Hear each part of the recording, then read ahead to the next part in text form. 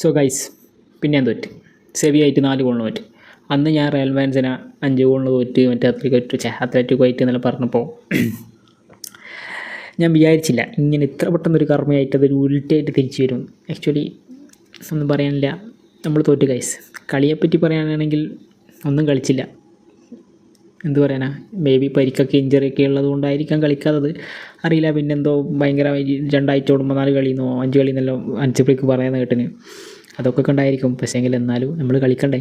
ഈ സെവിയയിൽ എന്ത് കണ്ട ടീമാണ്, നമ്മളോട് എന്ത് കളി കളിച്ച്. ഒന്നാമെന്ന് വെച്ചാൽ നമ്മൾ ഓഫ് സൈഡെല്ലാം ആൾക്കാർക്ക് മനസ്സിലായിട്ടാ.